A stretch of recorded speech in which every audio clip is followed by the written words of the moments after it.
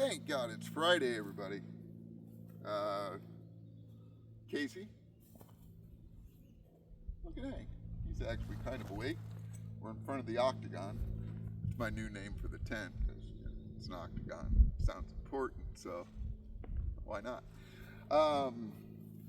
Getting ready to head back on the road. I know I haven't been posting a lot lately. I got hemmed up here in South Carolina, but it wasn't a bad thing at all. Other than I broke the derailleur, and we'll get to that in a minute. Made some great friends. They're from the Midwest, and they're trying to develop a property here, about 11-12 acres, and trying to do a homestead off-grid type thing. And you know, it's coming along. It's still very where's my word, cavemanish. It's not high tech yet. Kind of is. Got some good solar stuff going on, but not like that. It's been a blessing. Once again, made some more friends on the road. And what is today? And it's Friday, and we're probably going to be heading to Point South, which will be Charleston, Savannah, along the Georgia coastline, hit Florida, and halfway down Florida, I've got to look into it more, but there's a bike path that takes you from the Atlantic side to the Gulf side right through Orlando. And I have friends in Orlando that I want to visit. So, and then it's on down to in between Sarasota and Tampa. No, that's not right. Maybe it is. About midway down, just a little bit farther south than midway on the Gulf Coast side is where I'll be landing. That's the next goal. And then that'll be at my cousin's place, and I'll probably hole up for a minute and, you know, rest again, because it's going to be another, I don't know, I haven't measured it, but I figure it's got to be at least 500 miles from here, if not more. But we want to talk about, because I like talking about upgrades and, you know, stuff like that and whatnot. Okay, first thing, had to fix the derailleur. The craziest thing, I was riding around here on the compound, and I picked up, you know, whatever stick, like this. And man, this thing got caught up into the derailleur cage and wreaked absolute havoc. Broke the body of the derailleur, bent the hanger a little bit. Fortunately, that wasn't terminal. I was able to untweak it gently. Aluminum's very fickle when you start moving it around. But got her fixed and we upgraded. Let me look at my receipt so I can give you the exact model of what we put on it. It is right here, the Shimano Dior RD M6000 SGS rear derailleur, 10-speed long cage, and it's awesome. It's what it. Yeah, a lot of you may know, but for those of you who don't, the clutch systems initially were for mountain bikes and stuff like that, because when you're banging around a mountain bike, boy, that chain gets a wanging and banging and it throws it off the front chain ring and everything like that. I wasn't getting that, but I thought, I was like, you know, because I do that, I was like, wow, that would probably help out a lot to kind of maintain the particularly long chain. These no-seams are murder. The particularly long chain that come on trikes, and it does, because it just does. It keeps the derailleur from doinging forward, you know, flexing forward and having that chain flopping all over the place. And the shifting, let me tell you, the shifting is wicked awesome. I mean, it's pow, pow, pow, pow. You grab a gear, it's there. No delays, no, oh, I think I might, or no little hinky winky, skipping around, nothing like that. Boy, it hits them, pow, pow, pow, pow. You grab a whole bunch of gear, blam, you're in the gear you want. I love it. One of the better upgrades I've put on. It's taken me a minute to tweak it out. I'm still doing some tweaking because I also put, it's a hillbilly one, but I put a double idler on. Well, you can't see it, but those of you who have the Green Speed Magnum know exactly where the idle wheels is. Anybody who's been watching the videos know I cannot stand chain tubes. I don't like them. It's maybe from my roadie days.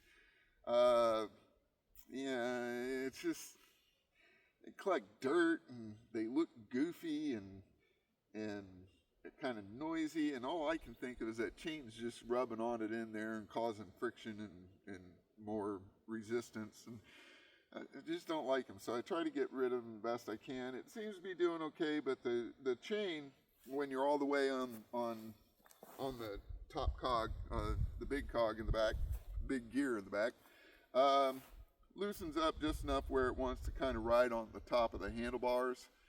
I put in some rubber, here.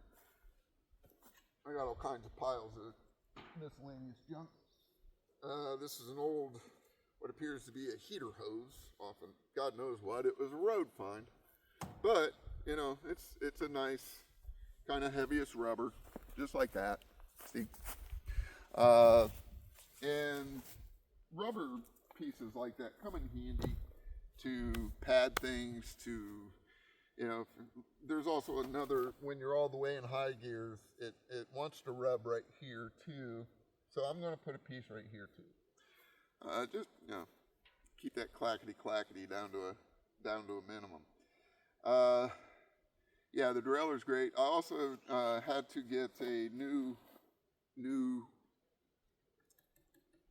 bar end shifter. It's a micro shift mountain bike, blah blah blah blah, and it's matches the Shimano setup. I also re-geared it. I got the 36 tooth, which I wanted, with the 30 up front. That gives me a nice low overdrive. I've got a nice gear range now. It's a Shimano whatever, 11 to 36. It's silver, nickel plated. It kind of, what goes with that particular derailleur, they're all happy, joy together now. No more weird skipping teeth and whatnot. Also put an e-bike chain on it for a little extra strength, because shoot, I snapped the brand new chain within 100 miles. Now it was rider error, but it was in Virginia. In Virginia, you'll be hauling down a hill on a nice descent. The next thing you know, it switches back and you're heading back uphill, and I didn't have the right gear, and boy, when I tried to get back uphill, snap it went, and yeah, that was ugly. that was a drag. I was like, not already. So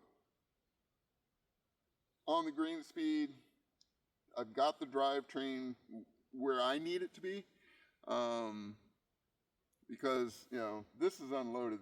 We're going to get to the trailer too. I'm making changes on this as well. The amount of weight I'm pulling, just it's going to test your drivetrain. Trust me. So we've got it pretty close where I want it. This is, I mean, in a perfect world, I could manage to find myself a roll-off, maybe a 14 speed or something like that, and maybe a Schlump mountain drive up front, something in that nature, and then I could get rid of the derailleurs altogether. because I am off-road, you know, I do get into some dirt trails and sand and stuff. And as you know, if you're running the 20-inch version of this, your derailleur sits right up against the tire, and that thing isn't more than 3/4 inch off the ground. So it's very, very susceptible for FOD, as we used to say in the Air Force, foreign object damage. And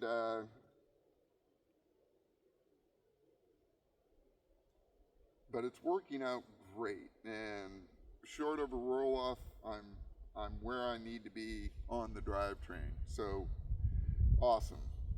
Everything else is champ. Spoke Works bicycle shop in Charleston installed all the bits and pieces. Great job on adjusting the brakes, by the way. Holy smokes. You know, of course, when you get it back, you gotta do a little fine tuning on your shifting and stuff, but we got that sorted out and whatnot. Installed the chain, the whole 9 yards. So that was nice for once. I didn't have to do it in the middle of nowhere on the side of a bike trail or road or whatever the case may have been. I had to fix a chain on 5th Avenue, right downtown New York City. That was a treat. Snap that bad boy coming down 5th Avenue. I was like, geez, alrighty. So yeah, the Magnum.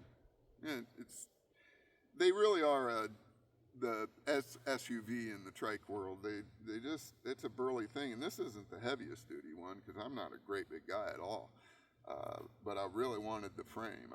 I knew that frame was going to be able to sustain the abuse. So once we get some componentry and stuff, I still have the broken Tiagra I came with. I don't know why. The only thing good on it's the cog wheels. Maybe just for the same reason I kept the exploded gear hub off the GTO. I just thought it would be a fun collector until I was like, wait a minute, you're collecting all this junk and you're keeping, you don't need it. It's junk. It's not useful. Just taking up space and weight. So we got the trike about where it's going to go, where it needs to be. If I come into a windfall of money, yeah, I would like to get a roll-off rear hub, just for ease of operation, a little cleaner. It gets that derailleur off the ground, all that good stuff. I have to look into it, but those things are pretty brutal expensive. They're about $1,500, so that's well out of my reach right now. So, but it's great right now. Don't get me wrong.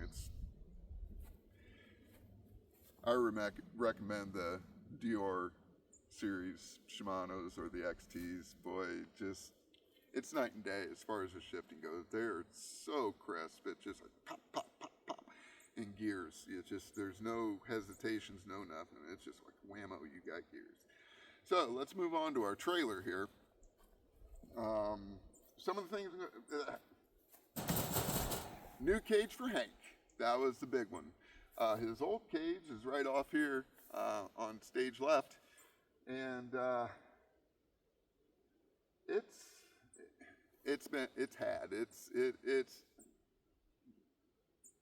it's done. I'm gonna use some of the caging off it to finish out the shelf that sits in here. So anyhow, let's I don't even need this. It's not even hooked up. If you plan on doing a big bike tour, even a little bike tour, I highly recommend you get some sort of solar charging set up, because you don't want to be like me and roll into Buffalo, New York, and you run out of data on your phone. I didn't even have maps. It was horrifying. I had my buddy back home sending me stills of route, because all I could do is text and, text and talk kind of thing. So I couldn't even send pictures. It was awful. In fact, he couldn't send pictures. Actually, he had to actually dictate the routes. And I also found a cyclist. It was his third transcontinental tour. Great guy, man. He had a beautiful Surly with the roll-off and a belt drive, and gorgeous bike, man. That thing was a beast. But he was on his third tour and knew it pretty well. And I told him, I was like, I'm just trying to find the Erie Canal. He pointed me in the right direction, but I went the Erie Canal, and he took off into Canada and took the northern route through Canada, I believe. And hit the Erie Canal. But that was horrible without the first 5-6 days on the Erie. I had no maps. I was on the Erie, and every time it would be a panic attack every time I'd have to take a detour, because there's spots that are getting rebuilt and there's some construction here and there. The worst of it was one of the detours took me up toward the Finger Lakes, and boy, it's like this right there, and man, that about killed me. So anyhow, let's get back to the trailer. Hank's new heavy-duty cage. It's significantly larger, and significantly stronger. Probably twice the gauge of bar. Putting it together. This is for a big dog, and it's built to keep it in. There's dogs out there that could destroy it with some effort, but this one's mostly for Hank's safety. It just makes me feel better, especially since we're running into gator country. He's kind of a 45-pound snack, I would think. So I'd rather not even see gators, but I know I will eventually. I'm heading into Florida, so. Also, Georgia has them. They have them here, but they're not out yet. It's still a little cool for them. Things we're going to do here, other than the nice sturdy cage, I've got a sheet of aluminum. I'm going to replace the OSB deck with a sheet of aluminum, and we'll put some sort of lightning holes or cut some lightning triangles in it. Just try to lighten it up a bit, because I did gain some weight with this, and believe me, I'm already pretty heavy. I don't want to gain too much. It's great though, because I have a shelf here. I'm going to continue it all the way to the front, probably with the mesh from that, and it'll be awesome because I'll be able to stow my gear in here instead of it all tied off on the side. A little neater. It'll be a little easier to keep it out of the weather. Eventually I'm going to run into I'll get some coroplast and, basically enclose this. I find that Hank rides a lot better if I have him shielded, so he can't see the traffic and stuff. He gets to whining pretty good on busy roads, and I get it. Hell, I'm whining. I don't, some of the busy roads are terrifying. The other thing with that sheet of aluminum, I don't even know if I'm still on camera here, is we're going to extend it 8 to 10 inches, about out to here, put some stiffening bends in the aluminum, and it'll help me balance out the load a little bit, because I don't want too much forward and too much tongue weight, and this thing gets squirrely. So it keeps the tongue weight down to a minimum. Just makes it ride better. And like, if you look at most single axle trailers, most of them, the wheels are just past center, just favoring the rear a little bit. They're not directly center, because that's not good, because it's stability issues and whatnot, and tippy and everything. Short of having to cut this and move it forward like I initially thought I was going to do, this is going to work out much better. Get rid of the OSB. It served its purpose. Spent 2,000 miles. It's good. But hopefully that'll lighten it up a little bit. But Hank's going to have a lot more space. I'm going to have a lot more enclosed room to keep my gear in. So I just won't have all that stuff hanging off it and whatnot, and it'll clean it up nicely. I mean, I've got other ideas with the coroplast. I actually, want to wrap it, get a little arrow, get a arc here, arc it so it's not just flat surfaces. This space right here is going to be, going to hold my my cooler for food, stuff like that. I'm probably going to lose the tote, just because everything in the tote I'm going to be keeping up in here now, in the cage itself. And all in all, I think it's going to be a good deal as far as the upgrade goes. I'm also going to shorten the tongue a little bit. This thing has sustained damage along the way. It came unhooked a couple times and has ground the bolts down, hence the hose clamp, just for a little safety precaution. We're just going to lop it off here and move the hitch back, maybe 3 inches, and it won't affect it much. The tongue weight from there to here is negligible difference, so no big deal. But I think it's just going to be an all-around better deal, and I'm going to keep it affixed with tow straps. It just makes it easier if you want to pop the cage off and stuff and just use the trailer itself, that kind of thing. No biggie. And it's very secure, actually. It holds there. We had a mishap down. Can't remember which campground it was. Chipoke, I think. And I was leaving Chipoke State Park, and was coming down a moderate descent. We weren't going super fast, maybe 20, 25 miles an hour.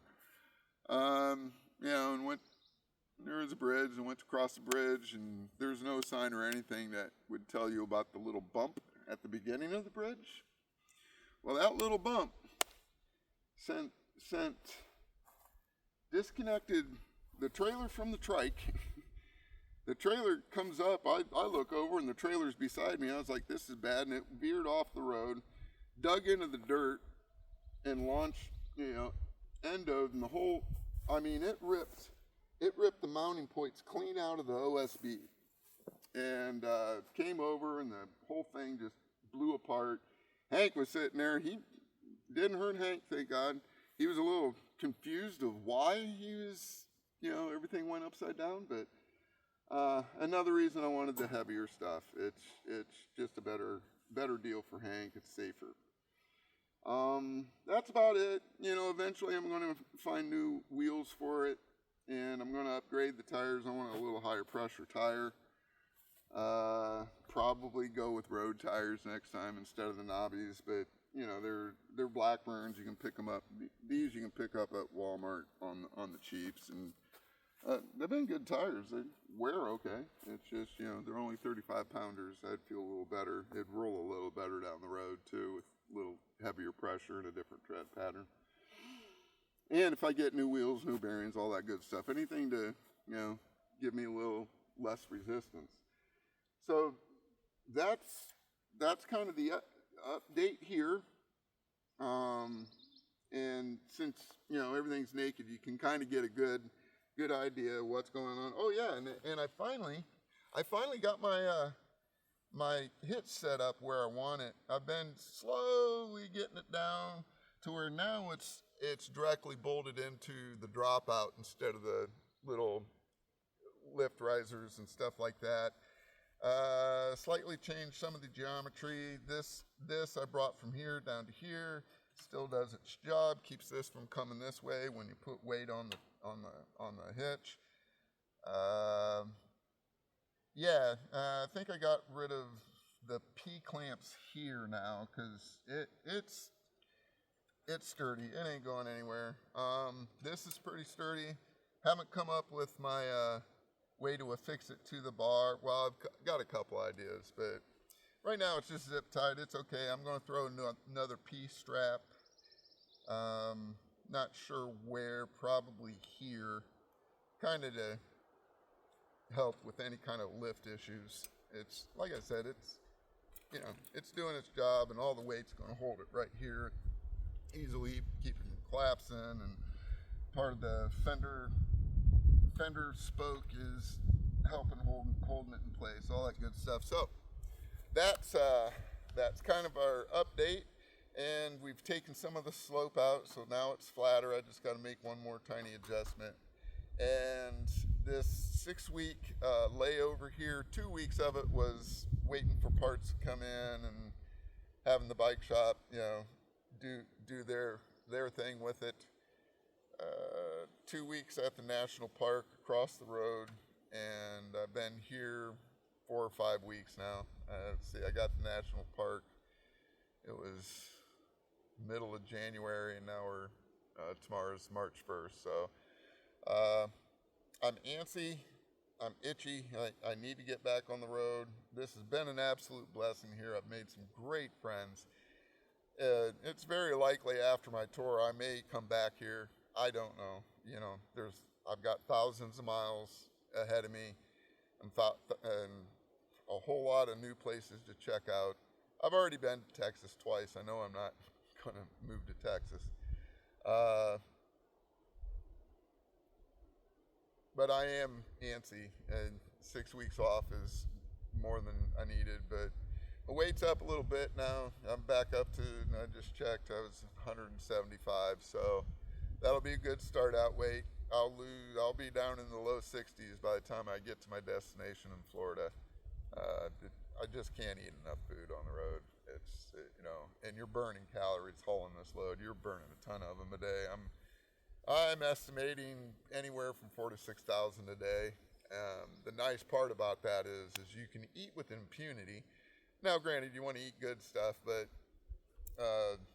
you can eat as much as you want, and you're just gonna you just peel off weight. It just comes off magically. It's not magically. It's hard work. You're pedaling a lot of weight. You're using your largest muscle groups in your quads and hams and flexors and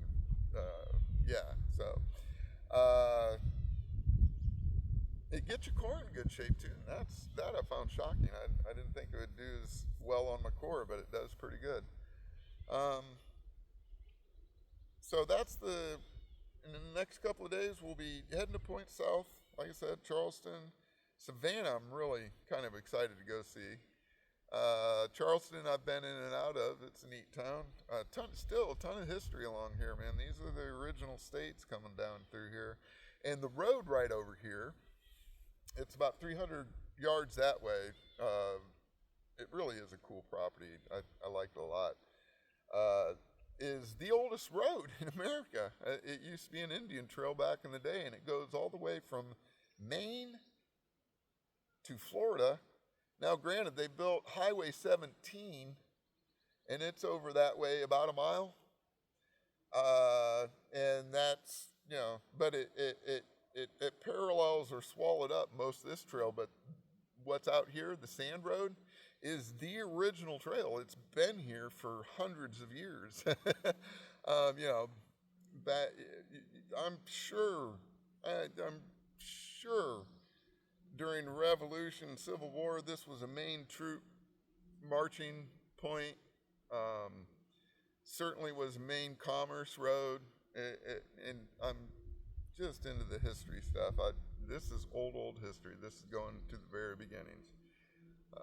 So it's very cool like that. I'll be jumping on it, and I'll take it out, and then we're jumping on 17 with the East Coast Greenway Trail. That will take me, it would take me all the way to the Florida Keys if I wanted to, but I'm not going that far. As I said, I'll be cutting over halfway through and stuff. That's the immediate plan. We're looking at Monday or Tuesday on a departing date. Once I get the few things on the trailer, a few things here, that's about it. There's a few more pieces of things I need to pick up. I got to get another patch kit, a couple of tubes, that, just normal, safety stuff. And then we're going to be back on the road, fully rested, chock full of good food. We eat very well out here. Lots of protein. And I dig it, because protein's tantamount. Two things you're looking for when you're riding. You want protein, you want carbs, or not necessarily carbs. ideally you want fats, and that turns into calories. You know, calories from fat are the best energy, from what I understand. But yeah, it's awesome. I think down the pike I'll do a video on what I've learned so far, and I know I'm pretty close to 2,000 miles so far on the journey. And we'll go through that, you know, a few things that you'll realize if you go on a big tour. Even small tours, you'll pick up a lot of things just doing it. And so the weather's getting nice down here in the south. And shoot, get outside, get on your trike and ride it. If it's a bike and you're healthy, get out and ride it. It's awesome, great fun, makes you smile, releases the happy chemicals.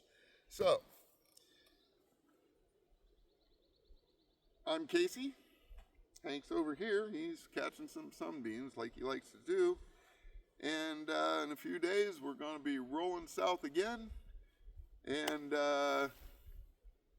so it's going to be through Georgia and then Florida. And then you go up through the Panhandle, you know, you'll get through a little bit of Alabama. I've got to stop in New Orleans. I have a friend there. And I'm also going to stop at a VA, I believe it is, that Whiz Wheels / the parent company of Greenspeed and DRIVETRAIN, or TerraTrike I call it. They do a lot of work with these guys doing adaptive things for trikes, you know, if you happen to be missing legs, etc., stuff like that, motor installs, all that custom stuff. And I'm supposed to meet a few people down there, and I'd love to talk with them. And I do have a soft spot for wounded veterans, well, just veterans in general. I use the term very lightly for myself because I didn't get to finish. I'm a veteran in the sense that I have a DD-214 from the Air Force, and I was in just long enough as where I can talk with veterans and understand what's up. So, till we meet again, I'm gonna fuss around with this. Got some organizing stuff to do here at the Tito compound, and hope you all have a great weekend. Well, shoot, by the time it's coming out today, so have a great weekend. Get out and ride your bike if the weather's going to let you. If you're real sturdy, heck with the weather. Get out and ride your bike. I've seen several people on some of my group pages where they don't care. They're out there in the winter in the snow doing their thing. It's awesome. I bet these things do killer donuts, I would bet. So yeah, until we see each other again, have a great weekend. Get out and ride your vehicle. Build you up a sweat. Get in shape. Get happy. I'm going to be soon, before I lose my legs. They're all right, but it's, you know, they're still plenty strong. I just feel great. And I'm antsy. I've got to get moving. I'm not good at staying in one place for extended periods of time. I've never been good at spending extended periods of time anywhere. So off we go, a few more days. My upgrades are pretty close to where I need them. Well, they are. I think this is my best drivetrain I've had so far. It looks very strong, seems to be very strong. Like I said, that Dior is some snappy shifting, man. It was night and day difference from the Tiagra.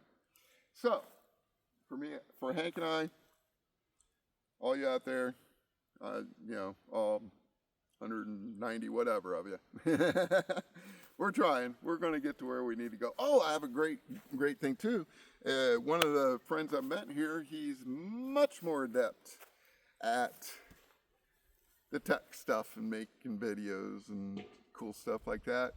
So hopefully some of the, particularly my shorts and the reels and things like that, will be a little bit more entertaining instead of just, some old head sitting there blithering on about whatever. So anyhow, peace. Love everybody. Get out there and ride your bike.